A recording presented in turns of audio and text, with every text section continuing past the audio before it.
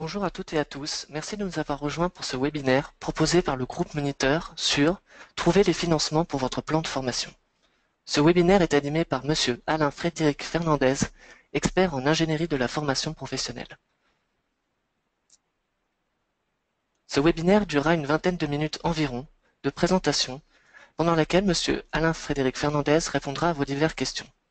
Pour poser vos questions, je vous invite à cliquer sur l'icône rouge qui se trouve en haut à droite de votre écran. Je vous laisse maintenant la parole, Monsieur Fernandez.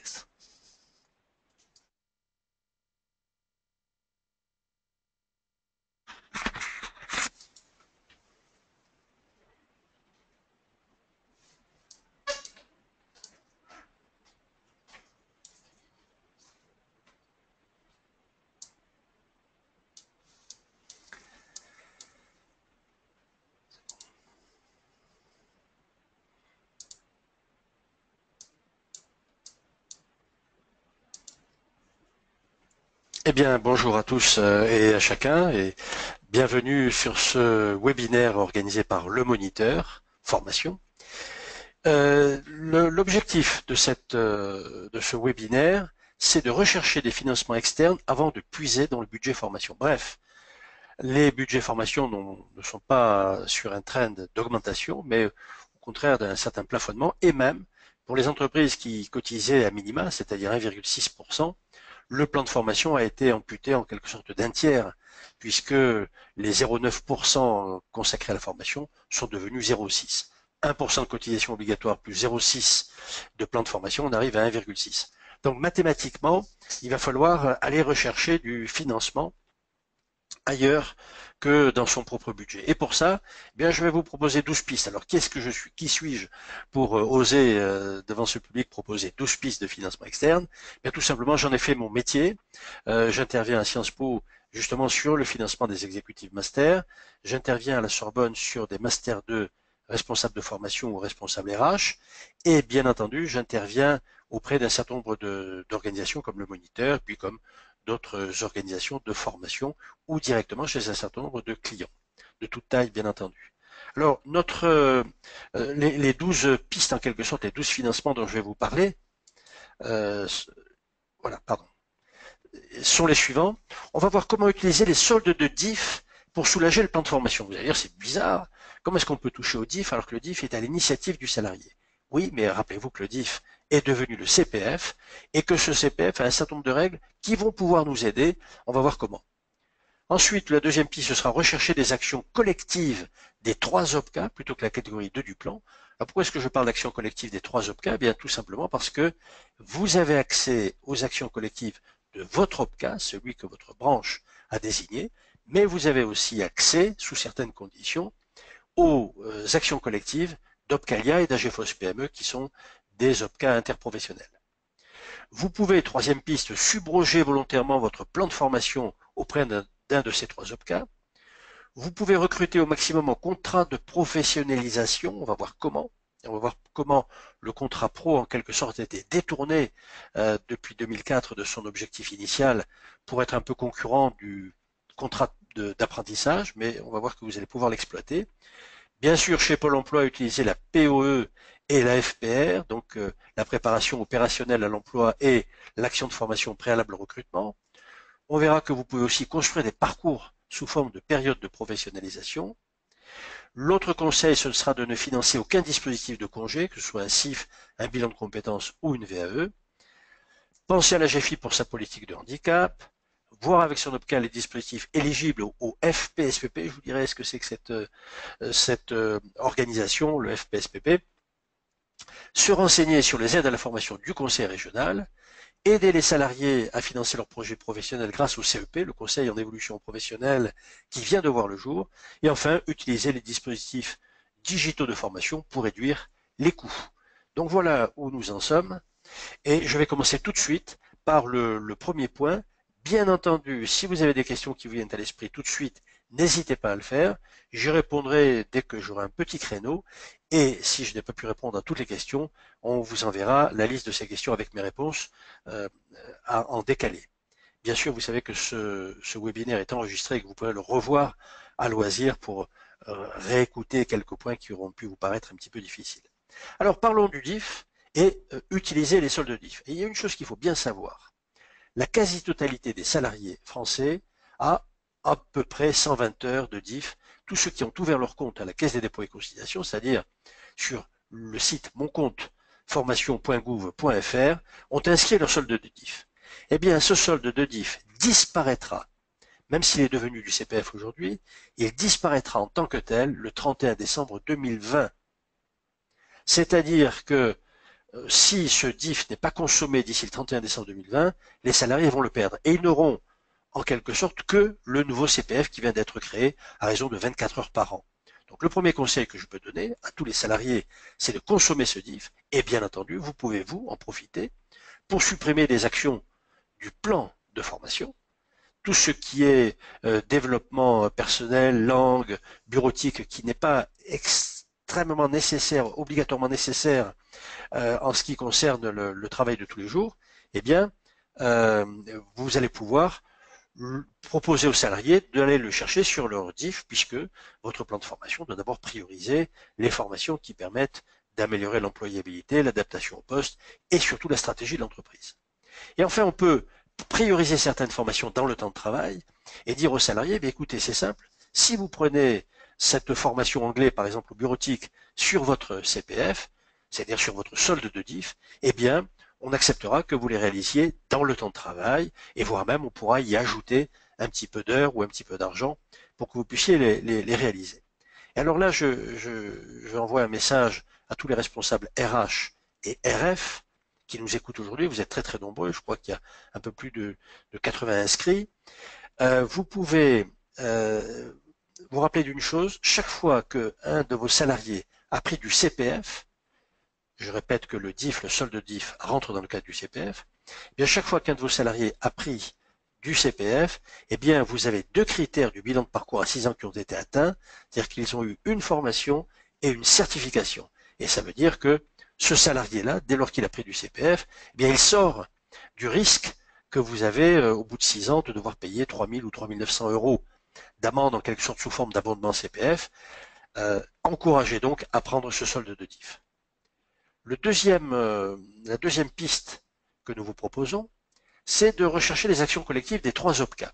Alors déjà, une première chose, une action collective, eh bien, c'est un appel d'offres qu'a passé un OPCA auprès de tous les fournisseurs de la région pour leur demander d'animer contre un tarif préférentiel des formations qui sont ensuite offertes aux adhérents, offerte lorsque l'adhérent a moins de 50 salariés, quelquefois avec une participation lorsqu'il a plus de 50 salariés, tout ça se négocie.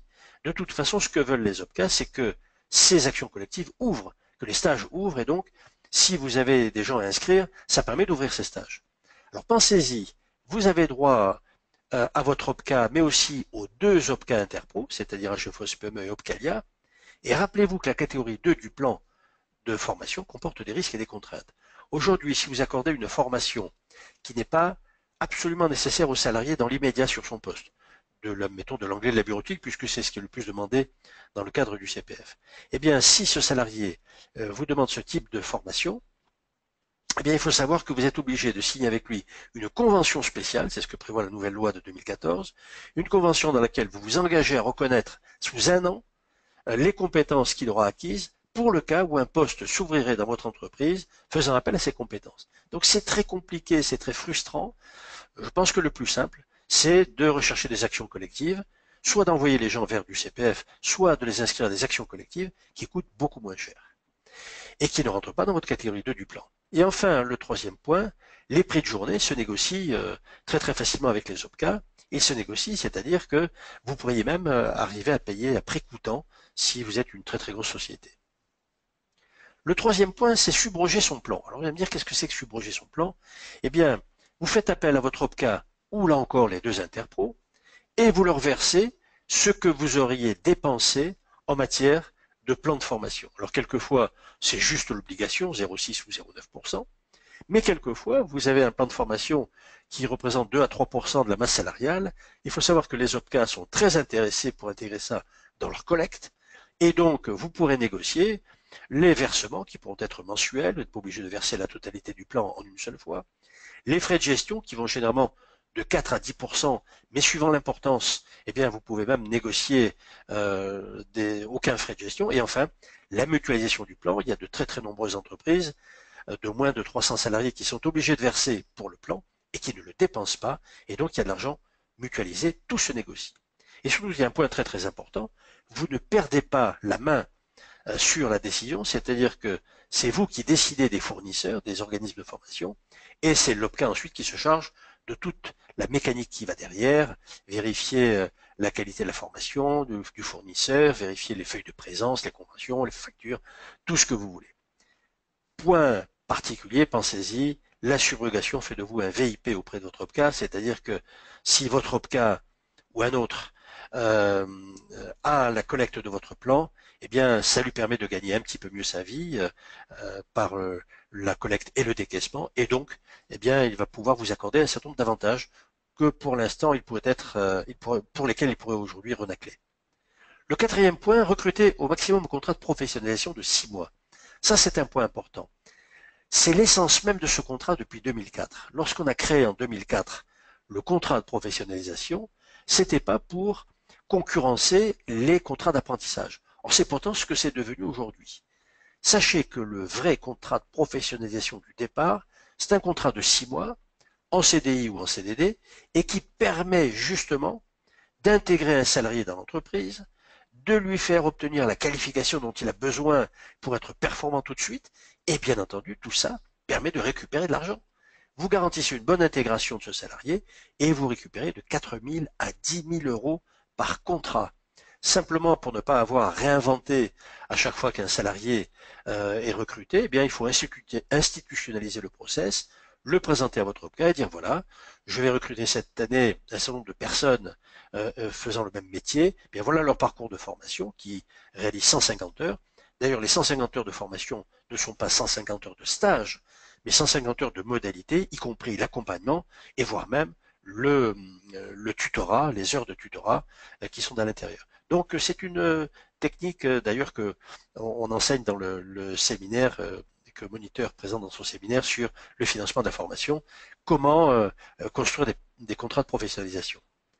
Ensuite, utiliser la POEI et la FPR chez Pôle emploi. Alors, ce sont des sigles barbares, comme tous les sigles de la formation, ce sont des acrostiches. La POEI, c'est la préparation opérationnelle à l'emploi individuel. C'est une formation qui est financée par Pôle emploi chaque fois que vous recrutez un salarié qui est peu qualifié et qui a besoin d'un effort de formation pour pouvoir rentrer dans votre entreprise. Rien ne vous empêche d'ailleurs de coupler la PEI et de la faire suivre ensuite par un contrat de professionnalisation. Donc pensez-y, ce sont des rentrées d'argent importantes et qui soulagent votre plan de formation. Puis pour les salariés plus qualifiés, vous pouvez très bien recruter un salarié très qualifié mais qui a besoin de se perfectionner en anglais, en certains outils bureautiques et autres avant de prendre sa fonction. Eh bien, vous pouvez obtenir du côté du directeur de l'agence pour l'emploi, de Pôle emploi, une AFPR, une action de formation préalable au recrutement. C'est quelquefois des sommes très très importantes. La seule difficulté que vous avez, du moins la seule obligation que vous avez, c'est d'être obligé de recruter ce salarié minimum 6 mois en CDD. Donc vous voyez que ce n'est pas un engagement trop important. Et bien entendu, l'accord doit être donné avant l'embauche. Le mieux, c'est, si votre salarié est inscrit à Pôle emploi, et s'il ne l'est pas, qu'il le fasse, et qu'à partir de là, vous téléphoniez au directeur de l'agence Pôle emploi pour dire que vous avez besoin d'un AFPR, et lui vous dira jusqu'à quel montant il est d'accord pour payer dans les 6 mois qui suivent cette formation. Ensuite, vous avez une autre possibilité, la 6e sur 12, construire des parcours sous forme de période de professionnalisation. C'est-à-dire trouver une formation qui réalise 70 heures de date à date sur un an. Exemple, si aujourd'hui vous démarrez une période de professionnalisation, on est le 3 février, elle durera jusqu'au 2 février 2018. Les 70 heures ne sont pas 70 heures de formation, mais 70 heures d'accompagnement avec dedans des stages. Mais il y a dedans de l'accompagnement, de tout ce que vous voulez, des modalités qui habituellement ne sont pas des modalités de formation, mais qui accompagnent bien ce parcours. Et enfin, les objectifs peuvent être variés. Ça peut être pour une mobilité interne, ça peut être pour préparer une promotion, ça peut être pour obtenir une certification, ça peut être même pour créer ou reprendre une entreprise. Bref, vous avez là cette période de professionnalisation qui est bien payée, bien remboursée par votre OPCA et dont on ne profite pas suffisamment. Ensuite, alors là, le conseil de bon sens que j'ai déjà testé chez de très très très très nombreux clients, ne financez jamais aucun dispositif de formation comme le CIF, le bilan de compétences ou la VAE. Le financement du bilan de compétences de la VAE et du CIF, c'est la vocation du fonds GESIF. Or, vous avez déjà payé, vous avez déjà cotisé 0,2% pour le CIF, et donc ce 0,2%, et ça fait 1 milliard, il est là pour financer ces formations. Par ailleurs, deux des trois dispositifs, c'est-à-dire le bilan de compétences et la VAE, la VAE depuis la loi de 2014 et le bilan de compétences depuis la loi El Khomri, sont éligibles sur le CPF. Donc vous voyez, deuxième raison pour laquelle il ne faut pas payer. Et enfin, le congé financé par le fonds GESIF est plus intéressant pour le salarié parce que s'il a obtenu un bilan de compétences financé par le fonds GESIF et que derrière il veut que ce bilan de compétences débouche sur un CIF, débouche sur comment dirais-je, une formation financée par le fonds GESIF, voire une VAE, eh bien, à partir du moment où son bilan de compétences, le bilan de compétences aura été financé par le fonds GESIF, eh bien le fonds GESIF sera d'autant plus enclin à croire au projet du collaborateur. Le huitième conseil, il est tout simple, c'est penser à la GFIP, c'est-à-dire à Cap Emploi, pour la politique de handicap de votre entreprise. Et il faut savoir que la GFIP réalise des études préalables au recrutement, des études pour savoir quel métier sur lesquels vous êtes en tension, sur lesquels vous avez du mal à recruter, quel métier pourrait être tenu par des handicapés et quel type de personnes handicapées. Ensuite, il y a des aides au recrutement et à la formation, et la GFIP va même jusqu'à, quelquefois, aménager le poste de travail en ce qui concerne ces personnes en situation de handicap. Alors, en dehors du côté RSE, responsabilité sociétale et environnementale, du côté humain, et d'ailleurs très boostant pour un service de recruter une personne en situation de handicap, sachez qu'en plus, ça vous permet d'économiser sur votre cotisation handicap. Il y a aussi quelquefois des handicapés dans votre entreprise qui ne sont pas déclarés, et à juste titre. Moi, je leur conseille jamais de se déclarer parce que le regard change. Eh bien, ces personnes vous obligent en quelque sorte à payer des cotisations. Rencontrez la GFIP pour au moins avoir une politique de handicap si vous n'en avez pas déjà eu. Ensuite, le neuvième, c'est de voir avec son OPCA les dispositifs éligibles au FPSPP. Alors, qu'est-ce que c'est que le FPSPP? Le Fonds paritaire de sécurisation des parcours professionnels. Ce FPSPP, c'est un peu les bœufs-carottes, comme on dit vulgairement, des OPCA qui regardent un petit peu la péréquation, c'est-à-dire quels sont les OPCA qui ont pas assez dépensé, ceux qui ont besoin d'argent, et donc dans le cadre de la péréquation, justement, ils arrivent à équilibrer. Et puis la deuxième chose, il s'adresse à tous les publics qui sont en difficulté. Alors, il y a de nombreux publics en difficulté. Bref, en France, on est normal quand on a entre 26 et 45 ans, puisque jusqu'à 26 ans, on n'est pas encore adulte. À 26 ans, on a des contrats adultes. Et à 45 ans, on est déjà senior. Eh bien, si on n'est pas un homme entre 26 et 45 ans, on est un public prioritaire, c'est-à-dire on peut être une femme, on peut être quelqu'un de peu qualifié, on peut être quelqu'un qui a plus de 45 ans. Bref, tous ces publics sont des publics prioritaires et vous en avez quelques-uns dans votre entreprise. Alors comment ça fonctionne? Comment ça marche au FPSPP? Eh bien, il lance des opérations programmées en direction de vos OPCA. Ces opérations programmées visent certains publics, certains types d'actions.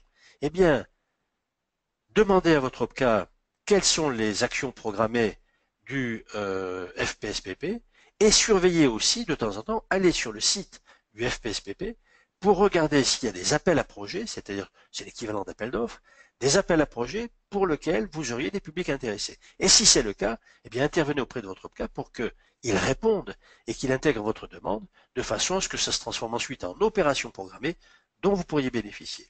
Il faut savoir que le FPSPP, c'est aussi 0,2% de votre collecte, c'est-à-dire 1 milliard d'euros. Or, depuis quelques années, le FPSPP rend une grande partie de cette somme à l'État sans les avoir consommés. C'est quand même dommage que vous ne puissiez pas en profiter. Donc, regardez de près cette histoire de FPSPP, Fonds paritaire de sécurisation des parcours professionnels. Le 10e conseil, c'est se renseigner sur les aides à la formation du conseil régional. Et pour ça, le mieux c'est de contacter les services du directeur général adjoint chargé de la formation et de l'apprentissage. C'est une personnalité qui est très ouverte au monde de l'entreprise, qui aiment bien se déplacer dans les entreprises pour comprendre les problématiques, qui sont des problématiques de formation, quelquefois de succession, quelquefois de développement, voire même de développement à l'export. Visitez le site de votre ou de vos régions pour voir quelles sont les aides à la formation. Il y en a jusqu'à présent sur les anciennes régions, il y en avait entre 150 et 250 dispositifs d'aide à la formation. Et puis réfléchir aux actions collectives, puisque vos régions vont lancer des actions collectives comme les OPCA, dont vous pourrez bénéficier. Donc, pensez-y, le conseil régional peut être un interlocuteur, d'autant que, à terme, et de plus en plus, c'est la loi de décentralisation qui arrive à son terme, les régions vont être les leaders en matière de formation professionnelle dans votre région, et l'État va s'effacer de plus en plus. Aider les salariés à financer leurs projets professionnels grâce au CEP. On a créé un nouveau dispositif fantastique, c'est un petit peu le maillon, le chaînon manquant depuis 1971. On a créé un conseil en évolution professionnelle qui est animé par 5 opérateurs qui sont, je vais mettre dans l'ordre d'organisation et d'ancienneté dans le métier, l'APEC, les fonds GESIF, les missions locales, Cap Emploi et Pôle Emploi. Eh bien, ces 5 opérateurs permettent en quelque sorte de répondre à tout un tas de questions que peuvent poser directement les salariés. C'est un service gratuit. Il vous donne en quelque sorte l'état du marché, les métiers qui se développent, les formations qui sont nécessaires, les diplômes qu'il faut obtenir ou les certifications pour exercer tel métier. Et surtout, ils permettent en quelque sorte de construire l'ingénierie financière. En tout cas, c'est ce que déjà vient de mettre en place l'APEC. Il faut savoir une chose aussi, c'est que tous les salariés, les non-salariés, les fonctionnaires, les demandeurs d'emploi, les travailleurs indépendants, et y compris les chefs d'entreprise non salariés, peuvent s'adresser à un de ces 5 opérateurs sans distinction de statut. Voilà, le projet peut être interne ou externe lorsqu'on s'adresse au conseil en évolution professionnelle, et donc ça peut permettre de trouver du financement auquel vous n'auriez pas pensé et auquel le conseiller de l'APEC et des autres aurait pu donner une réponse. Et enfin, le 12e conseil, la 12e piste, c'est d'utiliser les dispositifs digitaux de formation pour réduire les coûts et les délais. Là, vous êtes déjà en formation digitale, puisque depuis une bonne vingtaine de minutes, nous travaillons à distance. Vous êtes 80 en ligne et je peux m'adresser à chacun d'entre vous, répondre à vos questions. Eh bien, il y a d'autres dispositifs encore plus performants comme les webclasses, ce qu'on appelle les classes virtuelles. Ces webclasses qui permettent de former 10-12 personnes sans qu'elles se déplacent de leur bureau ou même de chez elles. Donc, on réduit l'empreinte carbone, on réduit le coût. Mais il y a aussi des formations un petit peu plus indépendantes comme les Serious Games, les Mobile Learning, toutes ces formations comme les MOOC qui permettent gratuitement, moyennant juste un petit financement de 50 à 100 euros pour la certification, qui permet de se former. Et bien entendu, le format blended, où on mélange à la fois du présentiel et du à distance. Ça permet de réduire les délais et les coûts de façon extraordinaire. Et surtout, et là j'attire votre attention, et ce sera la conclusion de mon intervention ce matin, vous voyez que le temps passe vite, eh bien, digitaliser la formation, c'est en même temps former à la digitalisation. Très important, tous les métiers vont être digitalisés, tous les métiers de votre entreprise. Aucun n'y échappera. Alors, il faut commencer à habituer les salariés à se servir de tous les produits digitaux, à se servir des réseaux sociaux, à se servir du social learning, à se servir justement de toutes ces modalités de formation à distance, prendre l'habitude de communiquer plus, de collaborer beaucoup plus, de ne pas rester tout seul dans son coin. Donc, le fait d'être devant un ordinateur, ça permet de ne pas justement rester seul. Et donc, il est très important que les responsables de formation commencent à habituer chaque salarié à des formations digitales pour que ce salarié se dise, si un jour mon métier se digitalise, si ma relation avec le client se digitalise, eh bien, au moins j'aurai une certaine habitude et je pourrai conseiller mon client. Voilà ce que je voulais vous dire ce matin. Je ne sais pas si des questions sont arrivées depuis. Elles sont en cours de traitement, donc ne vous inquiétez pas. De toute façon, elles seront, on y répondra éventuellement en décalé. Je voulais attirer votre attention sur le fait que cet exposé fait l'objet d'une formation d'une journée, organisée par le moniteur, sur maîtriser le financement de votre plan de formation. J'ai une question, oui, qui m'arrive ici, où on me dit je souhaite réaliser une formation qui coûte 1500 € et qui ne fait pas partie du CPF. Comment faire pour être financé si mon entreprise refuse de la prendre en charge? Alors déjà, première chose, la formation n'est pas un dû.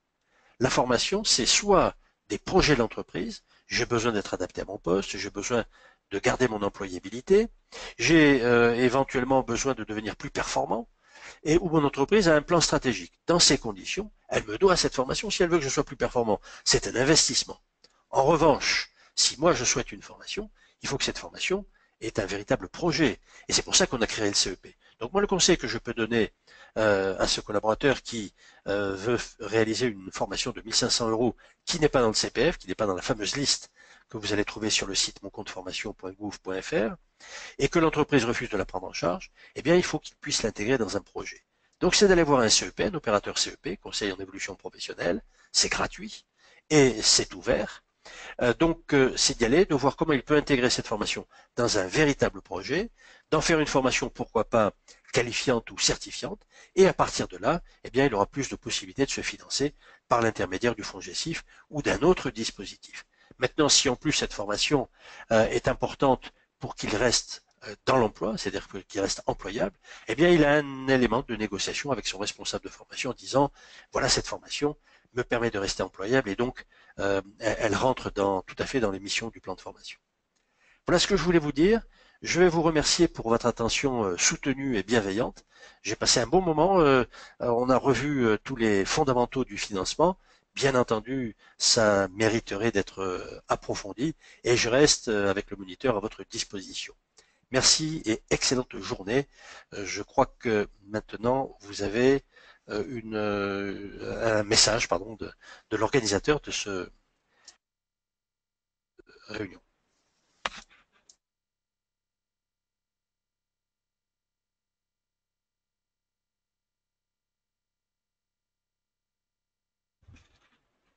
Merci à toutes et à tous pour nous avoir suivis pour ce webinaire. Je vous invite à découvrir nos autres formations et événements sur notre site internet, Le Moniteur, rubrique formation, et tout particulièrement la formation Maîtriser le financement de votre plan de formation de notre rubrique RH Management HSE, dont la première session a lieu à Paris le mercredi 29 mars 2017. Merci à tous.